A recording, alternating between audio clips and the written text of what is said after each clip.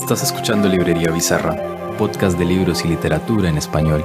En este espacio hablamos de los libros que nos gustan, ya sean apócrifos o extravagantes, y tejemos diálogos entre la actualidad literaria y la tradición cultural que la precede. Mi nombre es Nahum y te invito a que nos acompañes en este episodio.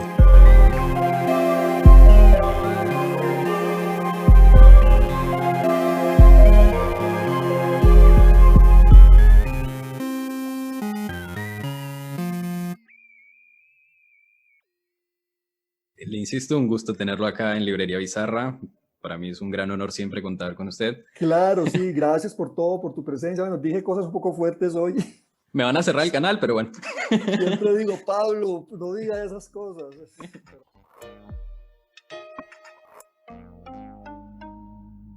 Me han escuchado en el programa, sabrán que esta es la voz de Pablo Montoya, que para mí es el mayor escritor colombiano de este siglo. Como siempre, un gusto poderlo tener acá. Gracias, Nahum, muy amable de tu parte. Así que esta vez vamos a hablar de una novela que se acaba de publicar que se llama La Sombra de Orión, aunque por supuesto la obra de Pablo Montoya teje diálogos con muchas otras obras y con la suya propia. Pero aprovechando la ocasión, empezaremos con La Sombra de Orión. En una ocasión me dijo que Tríptico de la Infamia era una novela del color y el dolor. En este caso, La Sombra de Orión puede ser una novela del dolor y el horror. Muestra como una imbricación de sectores y de agentes del horror, valga la redundancia, que en el fondo toda violencia no es más que una desmesura absurda. Nahum, muchas gracias por tu invitación, muy cordial de tu parte. Muy contento de estar aquí en Librería Bizarra para hablar de La Sombra de Orión. Tú tienes mucha razón en ese sentido. Yo creo que sí, la violencia es como el caos. Hablaste de la desmesura del horror, el desorden, la desestabilización. Y yo creo que la literatura y el arte en particular, y todo tipo de conocimiento, cuando se acerca a la violencia, lo que trata es como de organizarla, a ver si la entiende. Porque la violencia de entrada es incomprensible o al menos atenta contra cualquier discurso. Y eso fue lo que yo de alguna manera fui entendiendo cuando estaba escribiendo La Sombra de Orión. Que ahí había verdaderamente unos núcleos terribles en el sentido en que unos hombres, digamos, le provocan el mal a otros y les desorganizan la vida, les alteran la vida, los aplastan, mejor dicho. Y eso sucede sobre todo en el caso de la desaparición forzada, ¿no? Parecía evidente que ahí había una intención maligna por parte de algunos hombres y también de algunas organizaciones, particularmente del Estado colombiano, de provocar el mal, ¿no? De heridas de las que la gente no puede ni es capaz de salir de ellas. Entonces la novela me fue dando como ciertas luces en el sentido en que yo debía de establecer como unas especies de catálogos del horror, ¿no? Pero esos catálogos son construidos desde el arte, particularmente desde la literatura, desde la pintura y desde la música. Pero era como para darle un poco de orden a eso que tú señalas, ¿no? La insensatez de la violencia. Es una novela dura en ese sentido. Uno mismo pasa por una especie de duelo atroz porque es insufrible por momentos todo lo que se está viviendo allí. Cuesta leerla, es una novela dura. Sí. Hablando de este tema de catálogos y demás, porque bueno, es una novela con muchísimos componentes, yo recuerdo una vez que lo escuché en el Medellín Negro, de una novela que intenta hacer algo similar, pero usted lo dice de la siguiente forma, que trata de bajar al infierno, pero no se quema, que es El material humano de Rodrigo Rey Rosa. ¿Cómo es esta construcción? Porque, como usted lo decía, el material humano se queda en la nota, pero La Sombra de Orión va al fondo, pone nombres, narra, va hasta la escombrera. ¿Por qué ir hasta allá? ¿Cómo se va hasta allá?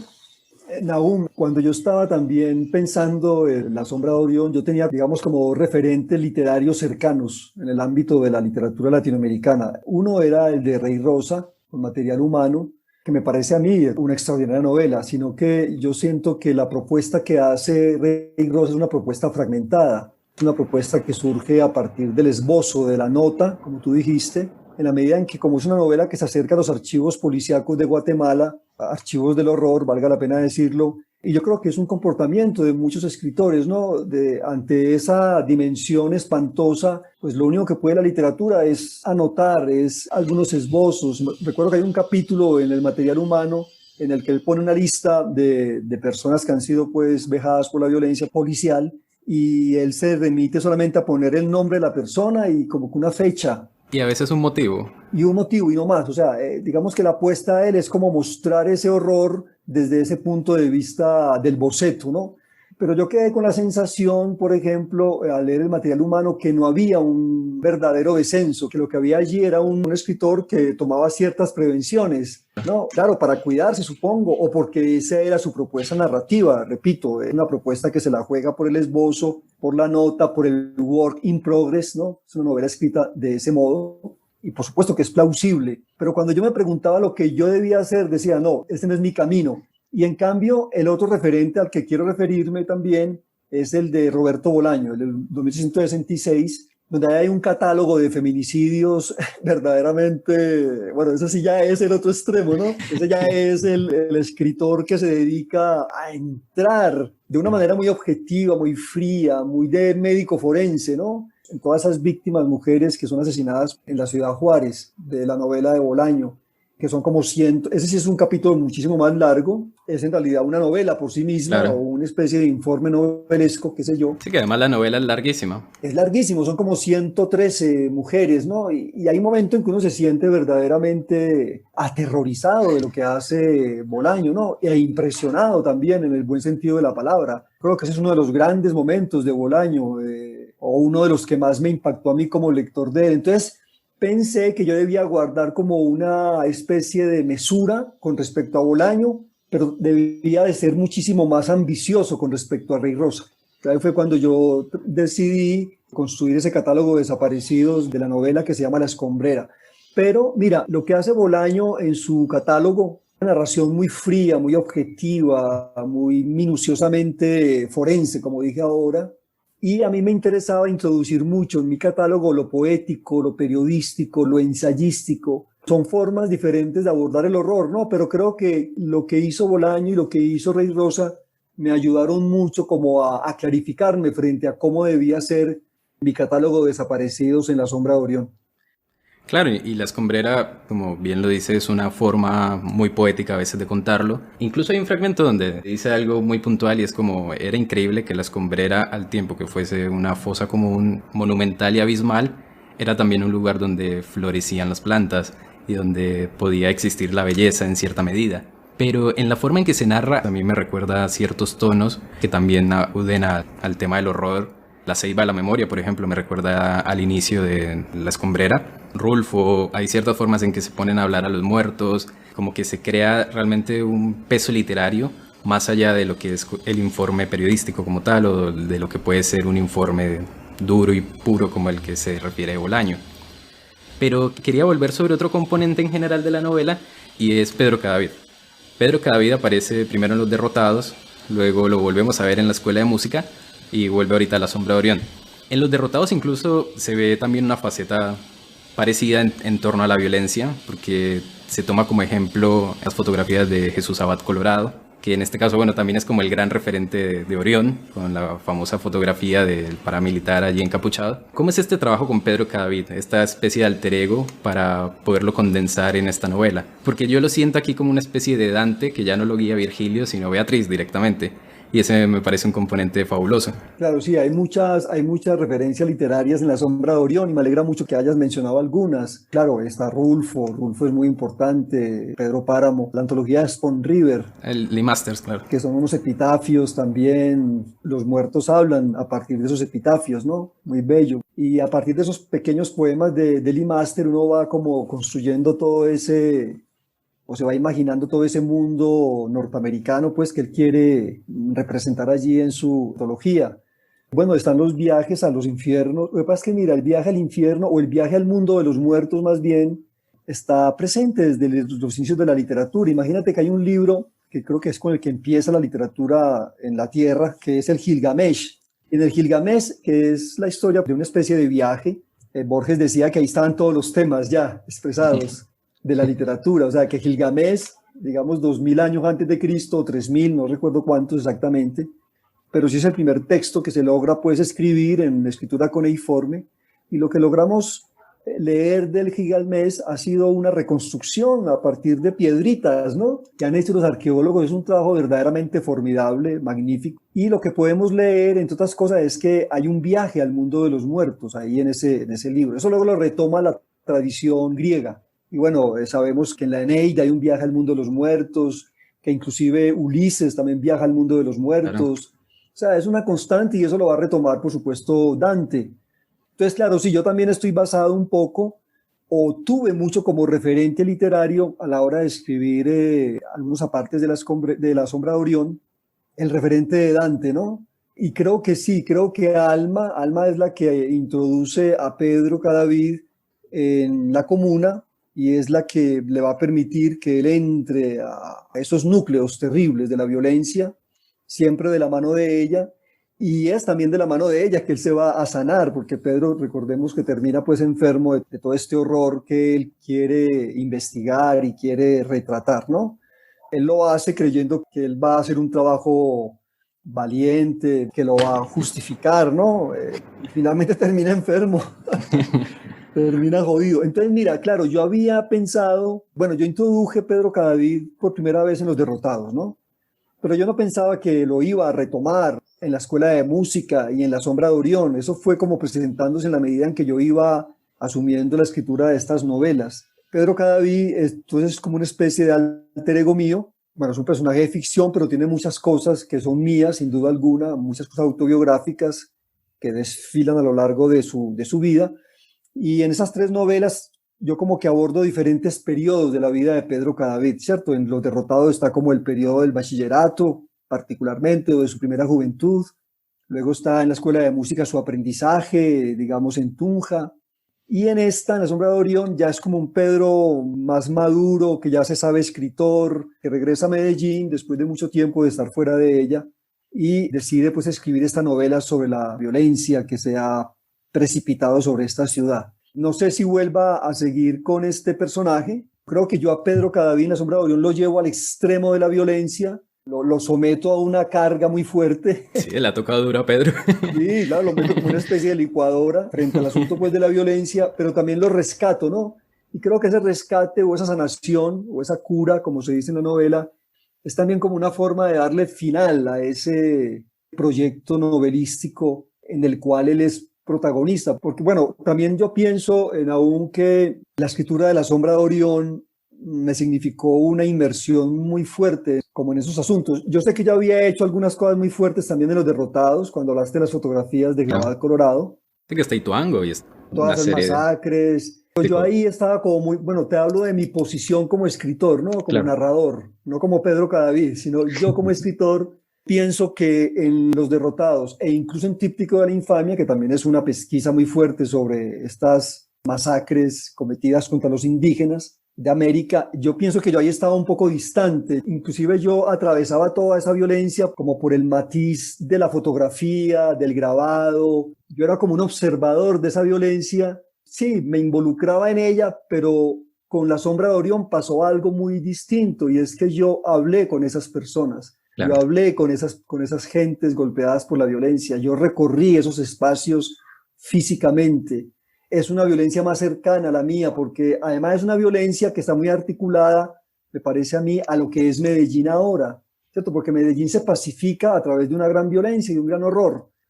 Me involucré demasiado en eso y me parece que el precio fue muy alto a nivel como de mi propia sensibilidad y no quisiera seguir porque tú sabes que la violencia en Colombia no termina, ¿no? Lo que está sucediendo ahora es como un Estado, un proyecto nacional que para poder funcionar tiene que acudir a la violencia, ¿no? Es como el motor, ¿cierto? Que insufla ese proyecto nacional desde el siglo XIX hasta nuestros días, ¿no?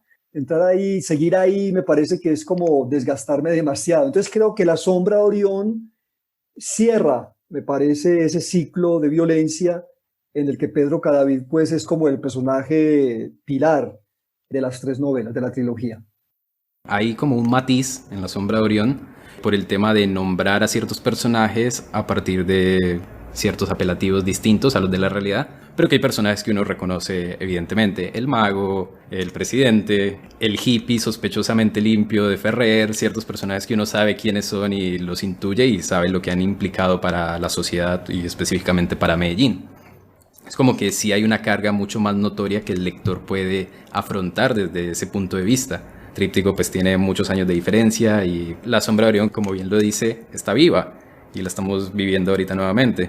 Las últimas cifras pues son atroces, que ni las quiero mencionar. Imagínate cuántos desaparecidos hay en este momento por esas Dicen manifestaciones. que hay entre 500 y 1200. Imagínate, o sea, y eso ya se sabe inmediatamente, porque los desaparecidos de la Escombrera después de la Operación Orión fue algo que se fue sabiendo paulatinamente. Lo que pasa es que en esa época no estaban las redes sociales, claro, no existía lo que hay ahora, los videos, ahora todo está registrado, ahora hay pruebas fehacientes sobre lo que está pasando. En esa época no, solamente a partir del movimiento que hicieron las mujeres caminando por la verdad, claro, el colectivo que busca a sus hijos y familiares desaparecidos en la Escombrera, es a partir de lo que hacen ellas, guiadas por la hermana Rosa, la hermana Laurista.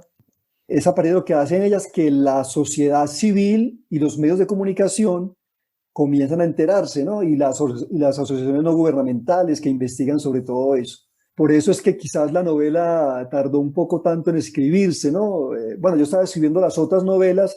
Me extrañaba además que no hubiera en Medellín particularmente una literatura que se aproximara a esos eventos. Hay un libro de Ricardo Aricapa que se llama La Comuna 13, que es una historia periodística de las comunas, de la Comuna 13, desde que son creadas por las poblaciones que migran allí hasta la Escombrera, pero él no toca la Escombrera, Ricardo no toca la Escombrera, pero sí toca la Operación Orión.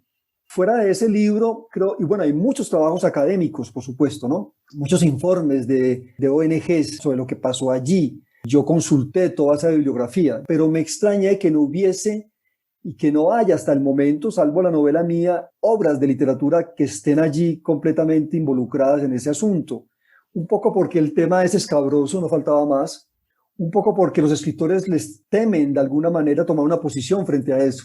También ocurre bastante. Cierto, porque Ricardo Aricapa hace un trabajo muy interesante, pero el trabajo de Ricardo Aricapa es pagado por Luis Pérez.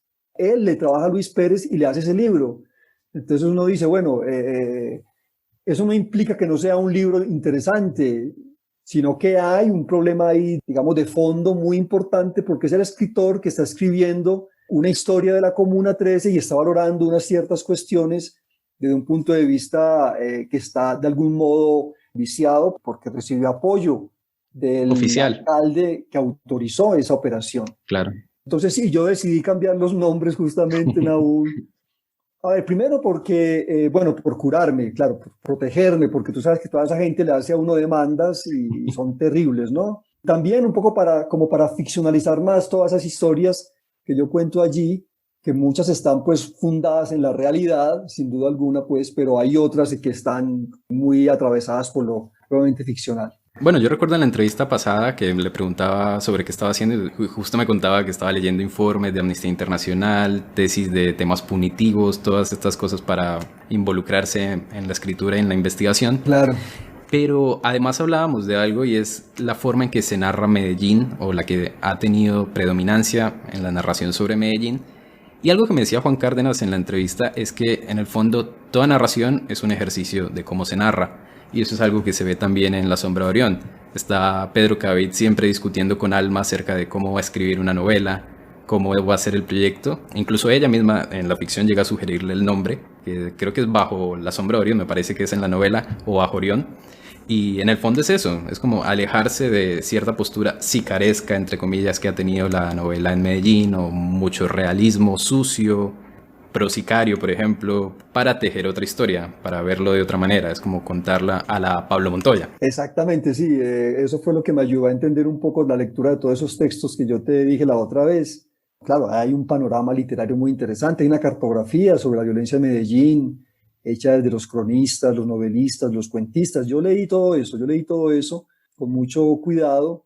Había leído desde antes muchas obras, por supuesto, pero volví a releer, por ejemplo, No nacimos pa' semilla, La parábola de Pablo, esos libros de Arnoldo Salazar que son muy interesantes, que están muy bien escritos, que son crónicas, ¿no? Esas son crónicas, pero son verdaderamente un mapa de esa violencia que se ha cernido sobre Medellín, las novelas de Fernando Vallejo, por ejemplo, la novela de Gilmer Mesa, que se llama La Cuadra, que también la leí, los poemas de Lee Ramírez, que son unos poemas muy interesantes escritos sobre las comunas populares de Medellín, sobre todo sobre la comuna de Castilla, y que fueron publicados en el 77, 78. Son los que abren, los poemas de Lee Ramírez son los que abren el camino de lo que después se va a llamar la sicaresca. Yo leí todo eso pues como para ubicarme en el contexto y también para poder trabajar lo que tú dices, cómo narrar, y decidí entonces jugar un poco con esa tradición literaria, ¿no? Recuerda que en la novela, por ejemplo, también Pedro Cadavid está con Tomás Carrasquilla en la Claro, cabeza, también. ¿no?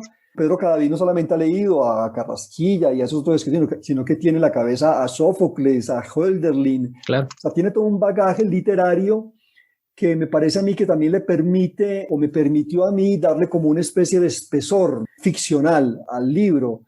Entonces, una de las cosas que yo pensaba era, por ejemplo, en esa literatura que se ha escrito sobre la violencia en Medellín, es una literatura muy real. O sea, ahí no hay espacio para la fantasía, para el delirio, para lo grotesco. Sí, hay algo grotesco que es lo propio de la violencia. Digamos que lo más carnavalesco que hay es lo de Fernando Vallejo, Claro, la Virgen. la Virgen de los Sicarios. Lo más carnavalesco, es lo más, inclusive los jóvenes la leen ahora y les parece que eso es una madera de gallo, ¿no? Cuando la leímos en aquel entonces pensábamos que era la realidad. No, a mí me dicen los estudiantes cuando trabajamos la Virgen de los Sicarios, no, pues es que ese hombre está ahí es exagerándolo todo. O sea, es una hipérbole de la violencia y por supuesto que es así, es una hipérbole de la violencia y por eso es como lo único que me parece a mí. Lo demás es muy real, es muy una marca la literatura antioqueña que a mí me parece asfixiante por momentos y me parece a veces un poco aburridor leer a los escritores antioqueños por ese sometimiento a lo real. Entonces me parecía que en La sombra de Orión debía oxigenar, airear estos discursos narrativos a través del delirio, a través de lo metaficcional, a través también un poco de la exageración, no faltaba más, y del humor, un poco o de la caricatura, bueno, no sé cómo llamarlo, el pasaje en que llega la cocaína a Claro, Medellín, que cae la nieve. que cae la nieve, eso es como un chiste, como una broma, no, eso es un toque realista mágico, mejor dicho, porque la gente me ha dicho, tú que criticas tanto a García Márquez, y mira, ahí estás apoyado en García Márquez, y en efecto, sí, yo pensaba mucho en García Márquez, creo que te lo dije, o no sé si te lo dije a ti, o se lo dije Estábamos con Orlando. con Orlando, Orlando, sí, yo sí. decía, no, lo tengo presente a toda hora.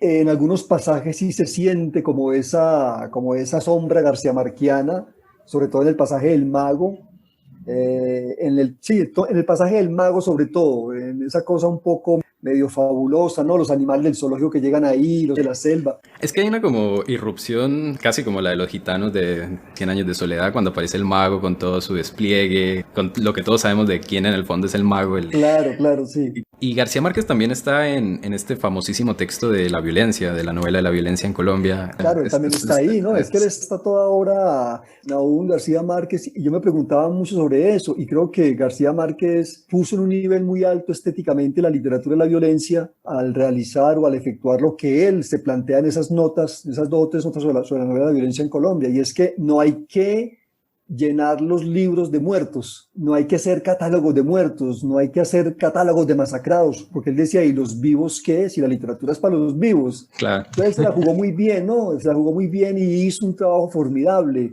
Coronel no tiene quien le escriba, por ejemplo, y en Cien años de soledad sí aparece todo ese montón de muertos en el tren de los bananos, pero como todo está impregnado de esa cosa mágica, pero ahí hay muchos muertos, por ejemplo, en el pasaje de Cien años de soledad. Pero a mí me parecía que entre la violencia de García Márquez y la violencia nuestra, sí había una especie como de desmesura, ¿no? O sea, la nuestra ya estaba completamente, y que uno de los rasgos de esa desmesura era la desaparición forzada. En la época de García Márquez no habían desaparecidos. Sí, había habido un montón de muertos en las masacres bananeras, en el Bogotazo, en la violencia partidista, pero no había pasado lo que nos ha pasado a nosotros, que es el asunto de desaparición forzada, que hay más de 100.000. O sea, es que es una cosa verdaderamente. Entonces yo pensaba mucho, bueno, ¿sigo la ruta de García Márquez o más bien le doy la cara a los muertos? Claro. ¿Cierto? Entonces cuando le digo, no, le voy a dar la cara a los muertos, pues saco a García Márquez, me desprendo un poco de García Márquez y me amparo en los escritores que hemos mencionado ahora, ¿no? En Rulfo, en Virgilio, en Bolaño, en todos ellos, ¿no? O sea, es como tratar de mostrar que Pedro Cadavid, como es un escritor, tiene tras de sí una tradición literaria y está continuamente confrontando su novela con esa misma tradición de la literatura y la violencia. Esta novela, La sombra de Orión, evidentemente se enfrenta a una tradición y de cierta manera busca desmontarla, porque como bien ocurre en la novela y como bien sabemos que ocurre en la realidad, o como ocurrió también en Cien años de soledad, mucha gente dice, ay, no ha pasado nada, y eso es invento, y no, aquí somos felices. Pero evidentemente su obra también, quiero pensar no solo en temas narrativos, sino incluso en temas críticos. Por ejemplo, acaba de salir una nueva edición de la novela histórica en Colombia, Entre la pompa y el fracaso, que también es un desmonte de cierta manera de contar en Colombia y de una lectura muy aguda de estos temas. Pero también está, por supuesto, Los derrotados, como decíamos, y está Adiós a los próceres, que es un libro que en este caso, y justo en este momento es como, En este momento está muy como muy apropiado, ¿no? pertinente, que tumbaron a Belalcázar, a Pastrana y a tantos otros que andan por ahí en bronce. Una búsqueda de desmontar y arrasar en cierta medida con cierto pasado encumbrado de una forma atroz, porque está cimentado en el horror. Mirándolo desde La sombra de Orión y La escombrera, mirándolo desde Los derrotados, desde Adiós a los próceres, ¿cómo ves esta narración de Colombia, Pablo Montoya? O incluso la situación que se está viviendo en este momento. ¿Cómo hay que contarla? Bueno, sí, bueno, sobre esto que está pasando ahora, hay algunos lectores que, o algunas personas que me han dicho, en Cali es otra Orión, ¿no? Está Claro. pasando lo mismo que en Orión, ¿no? ¿Quién contará entonces esto? Bueno, me imagino que las generaciones futuras se encargarán de hacerlo, ¿no? Yo creo que el país no cambia, el país no cambia porque no cambia el proyecto nacional, porque las élites todavía están ahí, porque hay un montón de pilares que no se han desmontado, ¿no? No lo quieren hacer los políticos, eso ya es más que evidente. O sea, los políticos de ahora, quiero decir, los que están en este momento en la escena política colombiana, yo creo que no hay ninguno.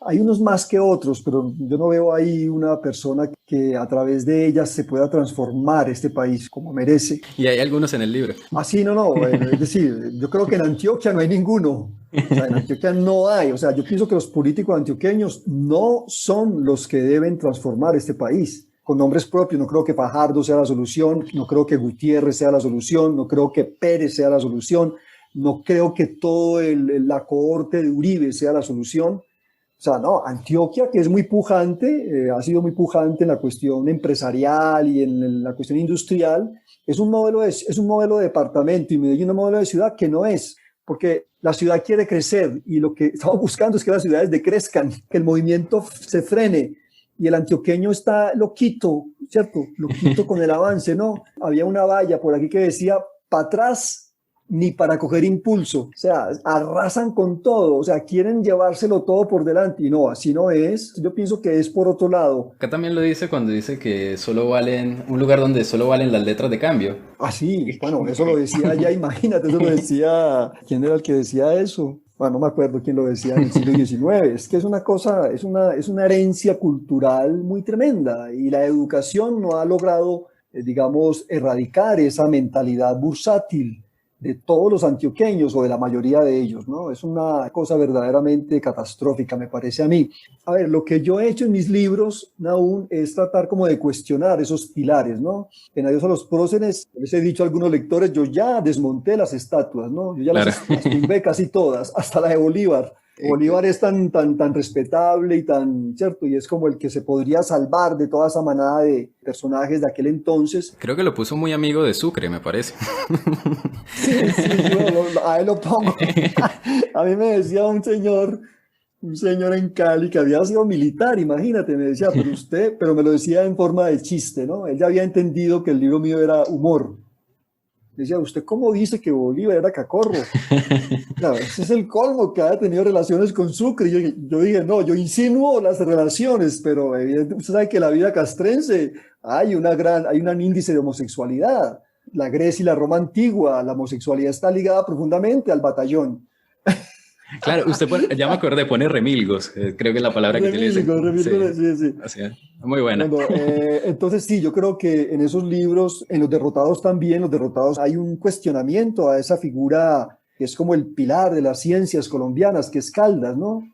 Yo digo Los derrotados, Caldas hubiera sido un gran hombre, pero si no se hubiera metido de prócer, ¿no? Claro. De mártir, interrumpió toda su carrera científica o naturalista que era tan interesante y no impactó el mundo científico de entonces, ¿no? Pero como queremos construir sobre ese escenario nacional figuras emblemáticas, pues agarramos de todas partes, ¿no? Agarramos de todas partes. Queremos construir un canon literario, que es un canon que uno va a ver y es un canon muy ceniciento de algún modo, ¿no? Aunque hay, por supuesto, grandes obras de ese canon literario, no faltaba más. Yo, por ejemplo, pienso, aún que María de Jorge Isaac es una gran novela.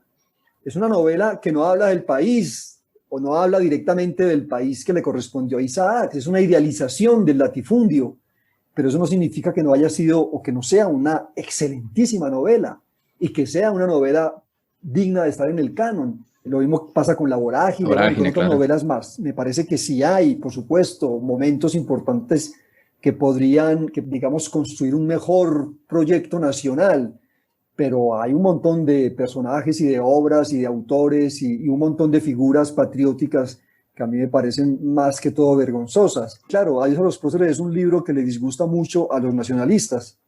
Le disgusta porque es un desmonte de lo nacional. No es un desmonte, es un cuestionamiento de los pilares de la nación a través de la risa, del humor, del escepticismo, de la parodia. No es un libro de historia, no faltaba más, no. Es un libro de literatura. Pero creo que la literatura, es decir, ante la ausencia aún como de grandes referentes políticos que tenemos ahora en Colombia, yo creo que la literatura, el arte, yo creo que marca una pauta muchísimo más clara.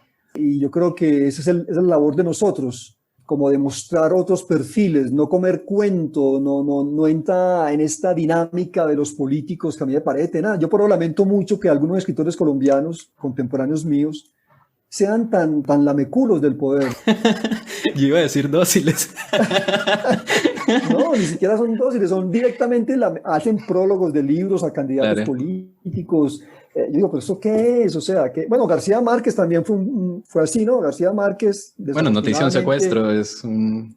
Es un libro lamentable y muchas posiciones de él con los grandes políticos, pero es una cosa que lo hace él cuando ya es un hombre muy célebre, ¿no? O sea, cuando todo ese poder acude a él, ¿no? Acude a él y él se presta.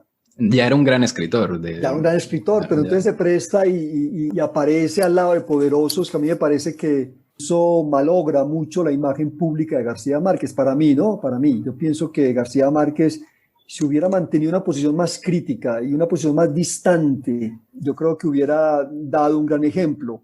Mientras que no, o sea, su último periodo me parece en ese sentido, bueno, no es el maestro, por ejemplo, que yo veo en otros momentos de su vida. Pero bueno, es una cuestión que los escritores manejan a su modo. Yo he tratado hasta el momento de no estar con los poderosos, de no ir a cenar con ellos, porque he rechazado muchas invitaciones a que cene con ellos, a que los visite en su casa, ¿no? Yo no quiero, porque no quiero meterme en esos ámbitos, porque son ámbitos un poco complicados, ¿no? Porque el poder manipula al escritor, ¿cierto? Y el mercado. Ah, no, imagínate. Exactamente, y los escritores saben que para poder lograr cierto triunfo en el mundo, tienen que pasar por el poder político, ¿cierto? Y García Márquez también lo entendió muy bien. Y García Márquez fue, de alguna manera, homenajeado y premiado porque lo apoyó el poder político de la izquierda, quiero decir, ¿no? Cuando se ganó el Nobel, Colombia, el poder político colombiano no intervino ahí, pero sí el poder político de la izquierda latinoamericana y de la izquierda europea. Lo patentó como un escritor de izquierda, ¿no?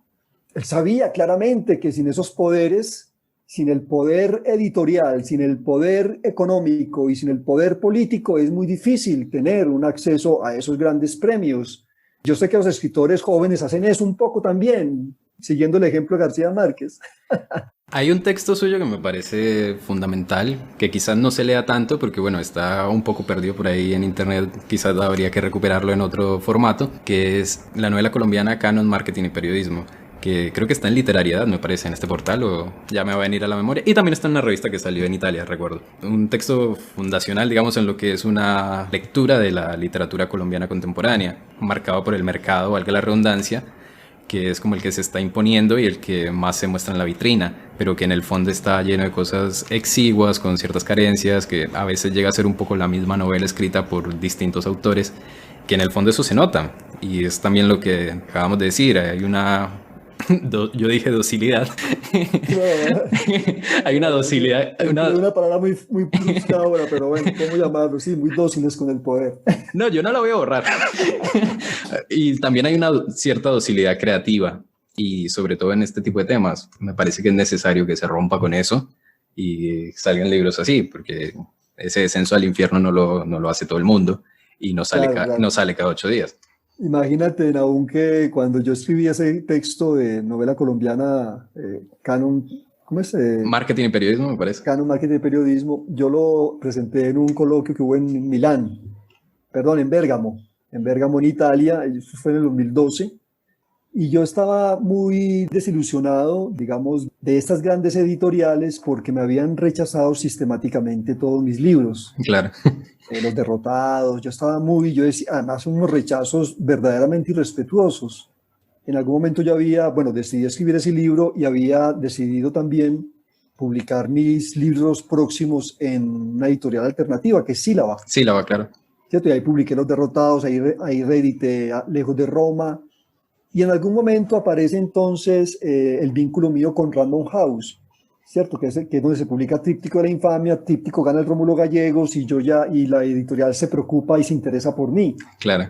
Claro, después de que yo me gané el Rómulo Gallegos, a alguien se le ocurrió montar el texto, que te digo, en la web. Entonces se hizo, o sea, circula en la web, pero yo nunca lo monté en la web, lo montaron y yo dije, uy, ¿qué me han dicho usted cómo dice eso si usted ahora está publicado y editado por una gran editorial?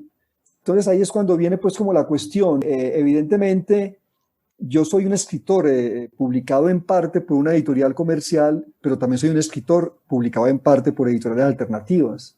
No, y 20 libros después. Y exactamente. Entonces, bueno, ahora que la editorial Random House, por el mérito de los premios y de mis libros, ha decidido publicar parte pues me parece que está bien porque se difunde mejor mi obra, pero yo no soy un escritor comercial, tú lo sabes muy bien, yo no soy un bestseller, mis libros no circulan por América Latina, o sea, yo no tengo agente literario, o sea, yo tengo parte de mi perfil, sigue siendo el perfil de antes, ¿no? Yo trataba de mantener pues como una especie de independencia, pero es verdad que cuando me gané ese premio, pues además que yo no participé en el Rómulo Gallegos, es como si todo ese reconocimiento se hubiera dado un poco a pesar de mí, ¿no? No, y que luego vino una desbandada, porque fue el José Donoso 2016, el Casa de las Américas. Sí, que son los 3 premios internacionales, pero por ejemplo mis libros no circulan en Europa, mis libros no son traducidos en el mundo, o sea, porque no tengo agente, porque no estoy justamente en esos medios en que las relaciones públicas son tan importantes. Sí, yo soy un escritor más bien huraño en ese sentido, ¿no? Yo soy querido con los lectores, pero yo soy huraño con esos núcleos del poder. Sí, es un poco para explicarte, pues, pero creo que lo que digo en el ensayo, no me arrepiento de ninguna de esas cosas. No, de hecho a mí me parece, como le dije, un ensayo brillante, necesario además. Y hablando de esto del Rómulo Gallegos, el año pasado una especie de polémica ahí, medio cierta escaramuza, Rodrigo Blanco me parece que es su nombre, por el retorno del Rómulo Gallegos, que había estado interrumpido. ¿Cómo es esta situación? Que además se premió una novela extraordinaria que es El País del Diablo de Perla Suez y también fueron unas grandes finalistas, Las aventuras de la China Iron de Gabriela Cabezón Cámara. Como cierto manto sobre el Rómulo Gallegos ahorita que se quiere tejer. ¿Cuál es su posición al respecto? Bueno, el problema es que está asociado al gobierno, ¿no? Claro. O sea, al gobierno de turno, quiero decir, siempre suscita muchas polémicas. Y más ahora, pues, con el gobierno de Maduro, ha suscitado una gran polémica frente a eso y hay un sector de la derecha latinoamericana, quiero decir de la derecha literaria, que quiere desprestigiar el premio por la relación que tiene con la presidencia de Maduro. De hecho, a mí por habérmelo dado esa presidencia, a mí me consideran un escritor, esa derecha, ¿no? No me saludan, no me determinan, son desdeñosos y dicen cosas extremas como por ejemplo la que dice ese chico venezolano que tú dices, que nosotros somos terroristas o algo así, ¿no? O sea, es un chico que está verdaderamente, es un chico febril. En ese sentido, todos los premios tendrían que cuestionarse, ¿no? El Príncipe de Asturias, porque está asociado a una corona corrupta, los premios que da el gobierno de Estados Unidos en la época de Trump, los premios que da Colombia, que es un narcoestado. Si no vamos a poner, es como dice el Evangelio, ¿no? El que esté limpio completamente tiene la primera piedra. Uno dice, pero bueno, entonces, claro, mira, premio Rómulo Gallegos para mí es un premio muy importante y es un premio que debe mantenerse, pese a los regímenes de turno o a los gobiernos de turno.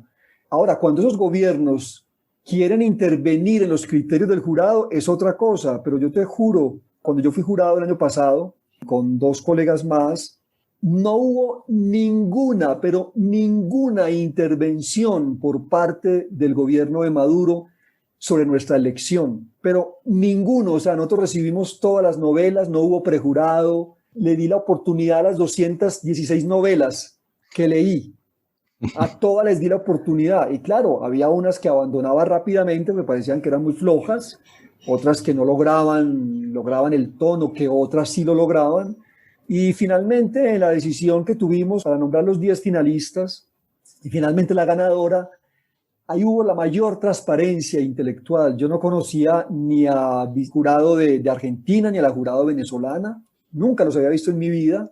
Sí tenía conocimiento de ellos, por supuesto, por su obra literaria, y fue un diálogo cordial. Es más, siempre hablamos por teléfono, por WhatsApp, y coincidimos rápidamente en que la mejor novela de todas era El País del Diablo de Perla Suez. No sabía quién era Perla Suez, sabía que era una escritora argentina, por supuesto, que había publicado algunos libros y que su libro que ganó había ganado un premio. Claro, el Sor Juana. El Sor Juana de la Cruz. Bueno, eso la avalaba de algún modo, ¿no? Pero yo leí muchos premios Alfaguara en el concurso y novelas que me parecieron muy, pero bastante regulares, ¿no? La novela de Perla nos fascinó a los tres, nos gustó, nos parece que es una novela contundente. A la pobre Perla pues le ha caído también el medio mundo encima, ¿no? Porque Perla es lo peor por haber recibido ese premio, como yo fui lo peor también por haberlo recibido. Entonces me parece que hay una cuestión verdaderamente lamentable, ¿no? Lamentable porque los premios literarios, la cultura, la literatura está para unir a los pueblos, no para separarlos como hacen usualmente los políticos. Y creo que el premio Rómulo Gallegos, hasta Perla Suez, creo que es el gran premio de literatura que hay en América hispánica. Bueno, el Cervantes es el premio a una figura, ¿no? A un hombre ya con su obra hecha, y eso es un premio también importantísimo.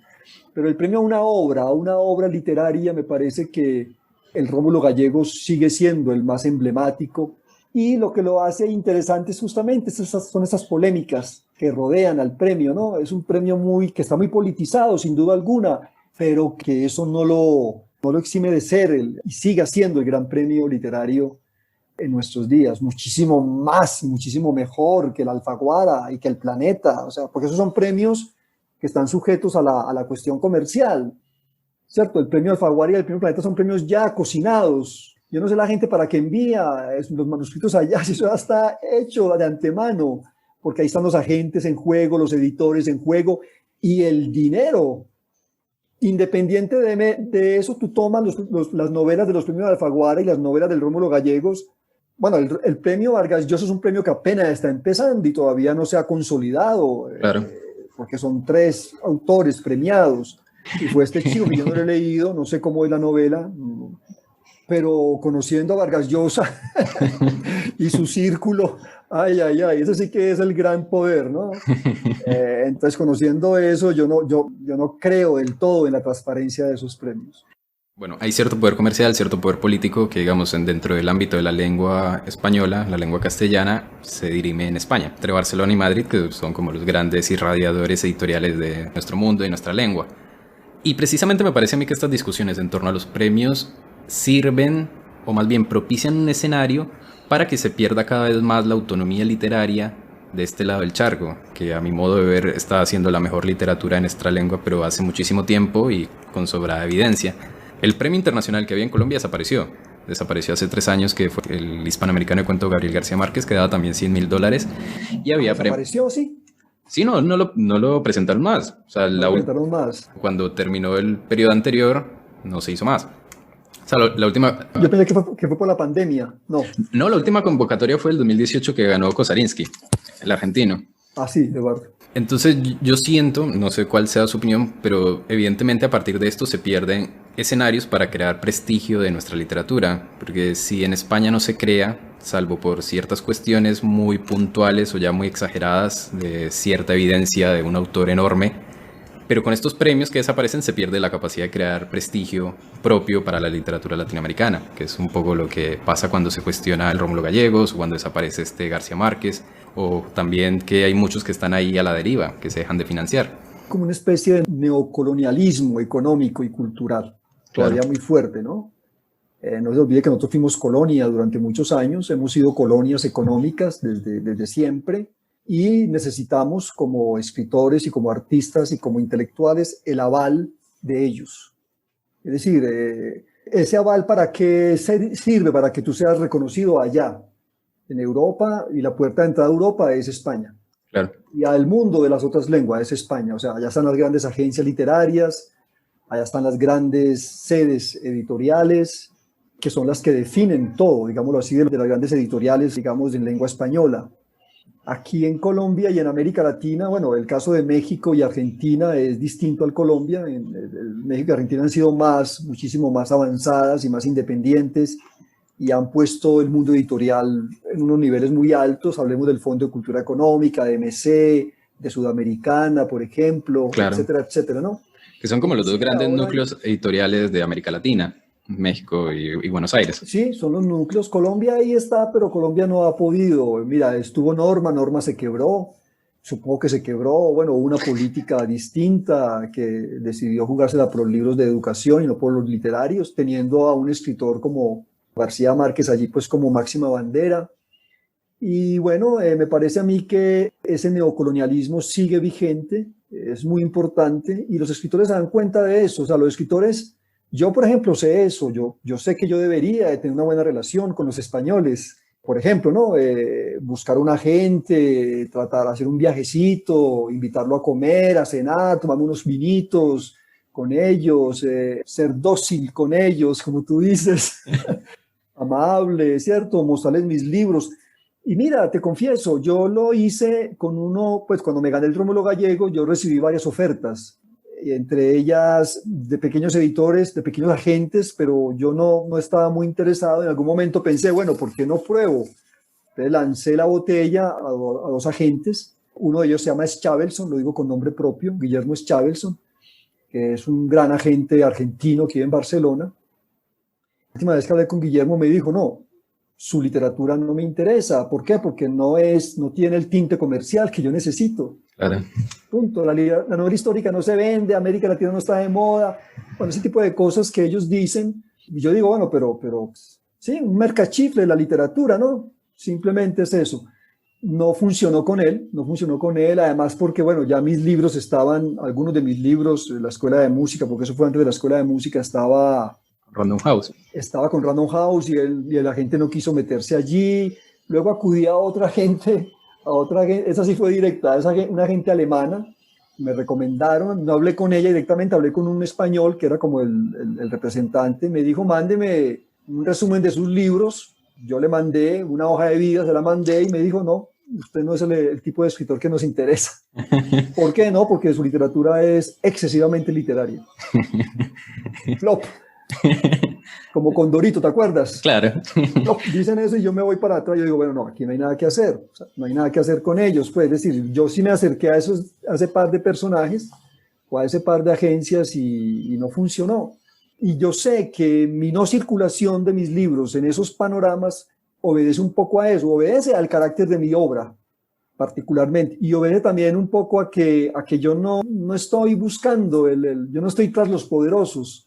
Y hay que hacer gestión, hay que hacer vuelta, hay que cenar, hay que comer, hay que hacer todo este montón de cosas que han hecho todos esos escritores que están allí. Yo no lo hago porque no es mi carácter y bueno, no sé qué irá a pasar en realidad. Maestro, para no quitarle más tiempo, quería preguntarle qué lee Pablo Montoya en este momento. La última vez que hablamos estaba leyendo los informes y toda esta cosa para cocinar La Sombra de Orión, pero ahorita ¿en qué está enfrascado? Después de terminar La Sombra de Orión, estoy retomando un viejo proyecto de crónicas, ensayos, que se llama Peregrinaciones Literarias. Acabo de terminar la de Borges, o sea que he estado leyendo a Borges, releyéndolo en realidad. Voy como al sitio, digamos, emblemático del escritor, sea su casa natal, algún museo, su tumba, qué sé yo. A partir de ese viaje que hago también una especie de valoración muy personal de ese escritor, que son escritores que a mí me han enseñado y que son escritores que yo quiero. Está en La Sombra también, Borges.